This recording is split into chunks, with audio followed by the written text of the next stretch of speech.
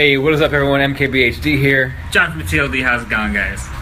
Hey guys, Jonathan here, and after a cancelled flight and a sleepover at LAX, I finally made it to WWDC where they debuted iOS 10, and with that, we're going to go over 25 of the coolest features. So number one is hands down the best feature that Apple didn't even talk about on stage, and this is the ability to finally delete stock applications. Now after the news broke, everyone was like, yo, Apple, why didn't you talk about this? That's amazing. But if you think about it, this is almost like a parent knowing they were wrong and the kid was right. It's not something you can openly admit, but one day when the kid's not looking, you change it and act like nothing happened. On a serious note, whether or not Apple talked about this on stage, the fact that you can now finally delete stock applications is awesome.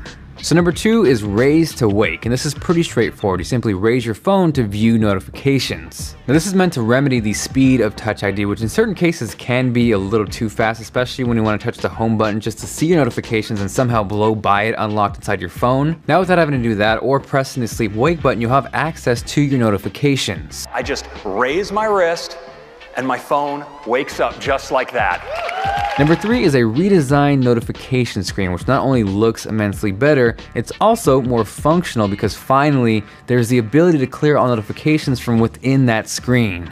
Number four are the improvements to 3D touch, and this applies to both the notification screen and the home screen. And this is really cool because on the home screen, you'll be able to use widgets within the app that allow you to never need to fully open it. Now features 5 through 12 all share a common theme, and that is messages, which no doubt stole the show today. For starters, before we even jump into the features, emojis are now 3 times bigger. I think it's a pretty good rule of thumb that when something is 3 times larger, it's usually better. In certain cases that's not true, but in this instance I think we're all on board with bigger emojis. So going down that list, emojification is number 5, which is crazy that that's a thing. But what iOS 10 does is search through your words and find the ones that are best suited to be replaced, and then from there you simply tap and you can replace those with emojis. Now as ridiculous as this sounds, I was genuinely excited and happy to see this because it's a little different out there, but I do apologize in advance to all the parents out there because as soon as iOS 10 drops, the world is about to change. Number 6 is bubble effect, which is a little silly sounding, and honestly I think dynamic messaging bubbles is an easier way to describe it. But the idea with this is to be able to express feeling through your text message. So if you've ever wanted to say yummers or come on over at 7, now you can.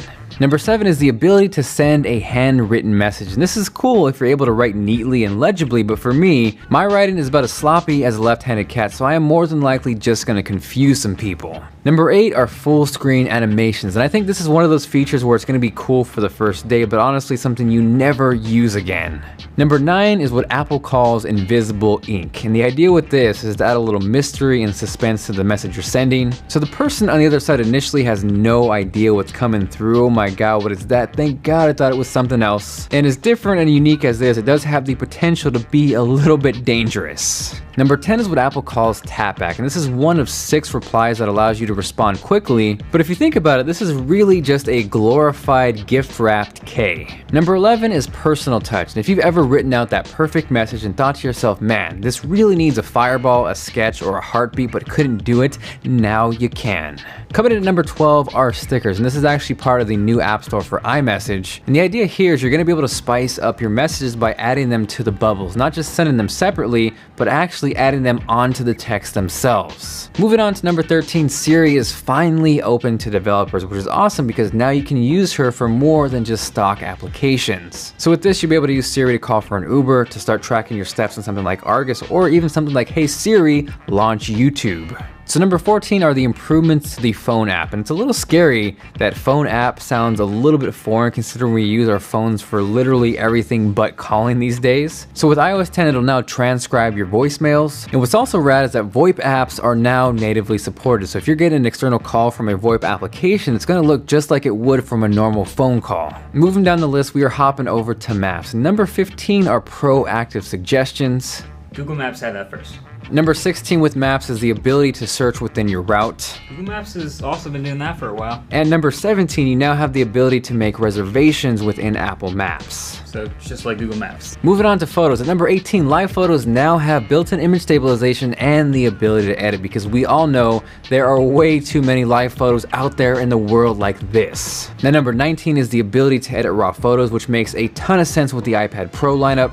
20 is a smarter search, which allows you to search for photos by not only people, but also places and things in them. Now, number 21 is what Apple calls memories, which takes relevant photos, pictures, videos, and locations and compiles them into one sappy montage. That is Google Photos. Closing out the list at number 22 is a completely redesigned Apple Music. 23 is a completely redesigned News app. 24 is a brand new application from Apple called Home, which essentially is your central hub to control everything smart in your house. That was definitely not the most exciting thing at WWDC, but it looks really good, and I, for one, am looking forward to it. Lastly, at number 25 is Apple Pay has finally made its way to the web. Now, this is a little tricky because it's technically something you would do on your computer through macOS Sierra, but until Touch ID makes its way to the Mac, you're still going to need your phone to complete the transaction, which is why it's a huge deal in iOS 10. So aside from that, thank you guys for watching. Hopefully you guys enjoyed it. If you did and you are feeling like being awesome, make sure to go MKBHD on that like button, and make sure to check out his video with a complete recap on WWDC. This is Jonathan, and I will catch you guys later.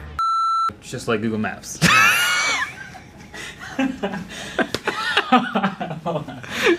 actually not that bad. That might be the take.